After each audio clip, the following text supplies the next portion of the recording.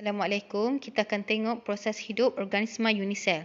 Okey, sebelum kita pergi pada selanjutnya, awak kena tahu apakah itu organisma unisel. Organisma unisel adalah organisma yang sangat ringkas.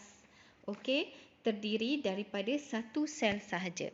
So, untuk yang ni kita akan belajar berkenaan dengan dua organisma unisel, iaitu ameba dan juga paramecium. Okey, so bila kita bercakap pasal ameba dan paramecium, kita akan detailkan untuk beberapa aspek, iaitu pergerakan pemakanan, gerak balas terhadap rangsangan, respirasi, pertumbuhan dan juga perkumuhan serta pembiakan. Okey, so kita go through one by one. First, pergerakan.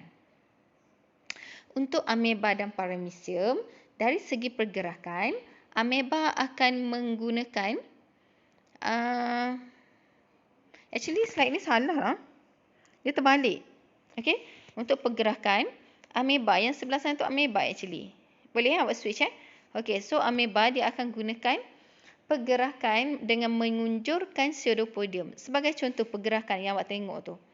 Kalau kita tengok dekat sini, okey. Yang this one. This one is ameba. Awak tengok kat sini. So, kalau kat sini ameba ni, pergerakan dia nak bergerak ke arah makanan, ke arah prey tu, makanan dia tu. So, dia akan mengunjurkan pseudopodium dia. Ini pseudopodium. Okey, dia akan unjurkan kedua-dua pseudopodium dia ke arah makanan tersebut. Macam itulah cara pergerakan dia. Tapi kalau paramecium, this one paramecium dia switch kat sini. Okey, so kalau untuk paramecium, cara dia akan mengunjurkan silia. Okey. Dia akan mengunjurkan silia. Mana silia dia? Silia dia yang berbulu-bulu dekat kaki dia tu semua awak kena belajar sains. Alright, itu silia. Okay, so next. Kita tengok yang seterusnya. Dari segi pemakanan. Ameba. Kalau ameba, cara pemakanan dia adalah dengan cara dia mengunjurkan pseudopodium dia. Sama juga ke arah makanan tu. Proses ini dipanggil sebagai fagositosis.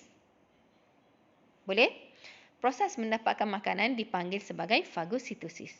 Ameba akan mengunjurkan pseudopodium dia ke arah makanan. So, pseudopodium akan melingkungi makanan tersebut. Lysosom yang kita belajar pasal komponen tadi akan merembeskan enzim lysozyme untuk mencernakan makanan tersebut. Okey. So, vakul yang melingkungi makanan ni dinamakan sebagai vakul makanan. Dalam ni, bila makanan tu dah dicernakan oleh enzim lysozyme yang dirembeskan oleh lysosom, makanan akan diserap masuk ke dalam ameba untuk digunakan. Simple. Okey.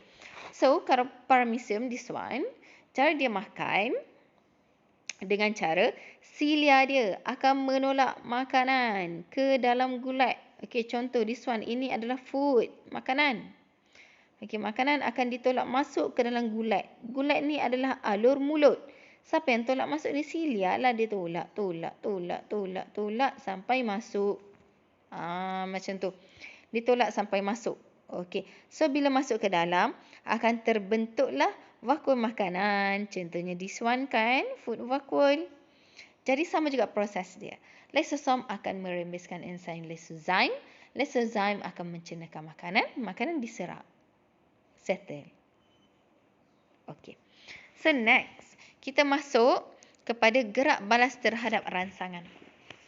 Okey, rangsangan yang dia maksudkan adalah bahan kimia, sentuhan dan cahaya terang. Kedua-dua paramecium dan ameba ni dia sangat sensitif kepada rangsangan. So, dia akan bergerak menjauhi rangsangan tersebut. Contohnya adalah sekiranya ada cahaya. Sebab kita tahu ameba dan paramecium ni dia suka hidup dekat kawasan yang lembap. Kawasan air bertakung. Jadi kalau kawasan tu panas, cahaya terang, dia akan lari-lari lah. Dia akan menyorok dekat kawasan yang lagi teduh. Okey. So next kita tengok dari segi respirasi, pernafasan. Kedua-duanya akan melakukan proses respirasi menerusi respirasi secara resapan ringkas. Sebab simple. Okey, oksigen masuk, CO2 keluar, settle. Oksigen masuk, CO2 keluar. Okey. Pertumbuhan. Cara kedua-duanya bertumbuh menerusi mensintesis sitoplasma baru. Tak ada masalah. Perkumuhan menerusi proses pengosmokawalaturan. Maksud dia kat sini, macam mana proses perkumuhan berlaku? Perkumuhan tu adalah proses untuk dia keluarkan air yang berlebihan daripada badan dia. Sebab dia unisel, tak boleh simpan banyak air. Cara dia akan melakukan pengosmokawalaturan menerusi vakul. Okey, menerusi ni vakul yang vakul mengecut. Mana vakul mengecut? Okey, this one vakul mengecut. Okey, vakul mengecut kan pada ameba kan. Kalau this one yang ni bentuk bintang ni, paramecium. Kontraktan vakul. Itu adalah vakul mengecut. Apabila air masuk dekat vakul mengecut sehingga mencapai tahap maksimum, vakul mengecut akan mengecut. Dia akan mengecut untuk mengeluarkan lebihan air tersebut. Jadi lebihan air akan keluar. Supaya vakul mengecut ini tidak pecah. Alright. Jadi macam mana awak nak bezakan antara vakul makanan dengan vakul mengecut? Okey, kita tengok dekat sini paramecium ya. This one food vakul makanan. Bentuk dia macam ni. Tapi kalau bentuk dia berbintang-bintang sebegitu, itu adalah vakul mengecut. Okey. Kalau pada ameba, vakul makanan dia besar. Vakul mengecut dia kecil. Macam itulah untuk kita bezakan. Okey, settle. So next, pembiakan. Macam mana kedua-duanya membiak? Okey, ameba. Dia akan membiak menerusi proses belahan dua. Daripada one cells, nukleus dia akan membelah kepada dua. Okey. Alright. So, sempurna pembelahan nukleus dia berlaku. Cytoplasm untuk ameba tu akan melakukan belahan dua pula.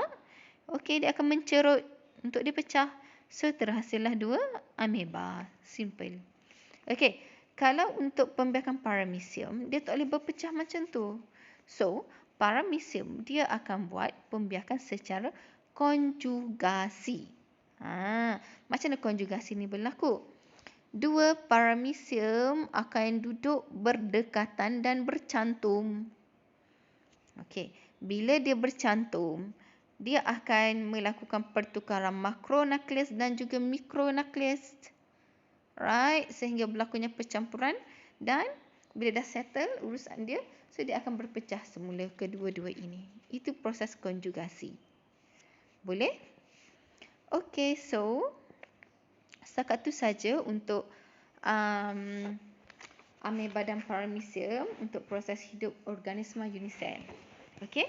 So sebarang ketidakfahaman ataupun confuse, PM saya. Okey.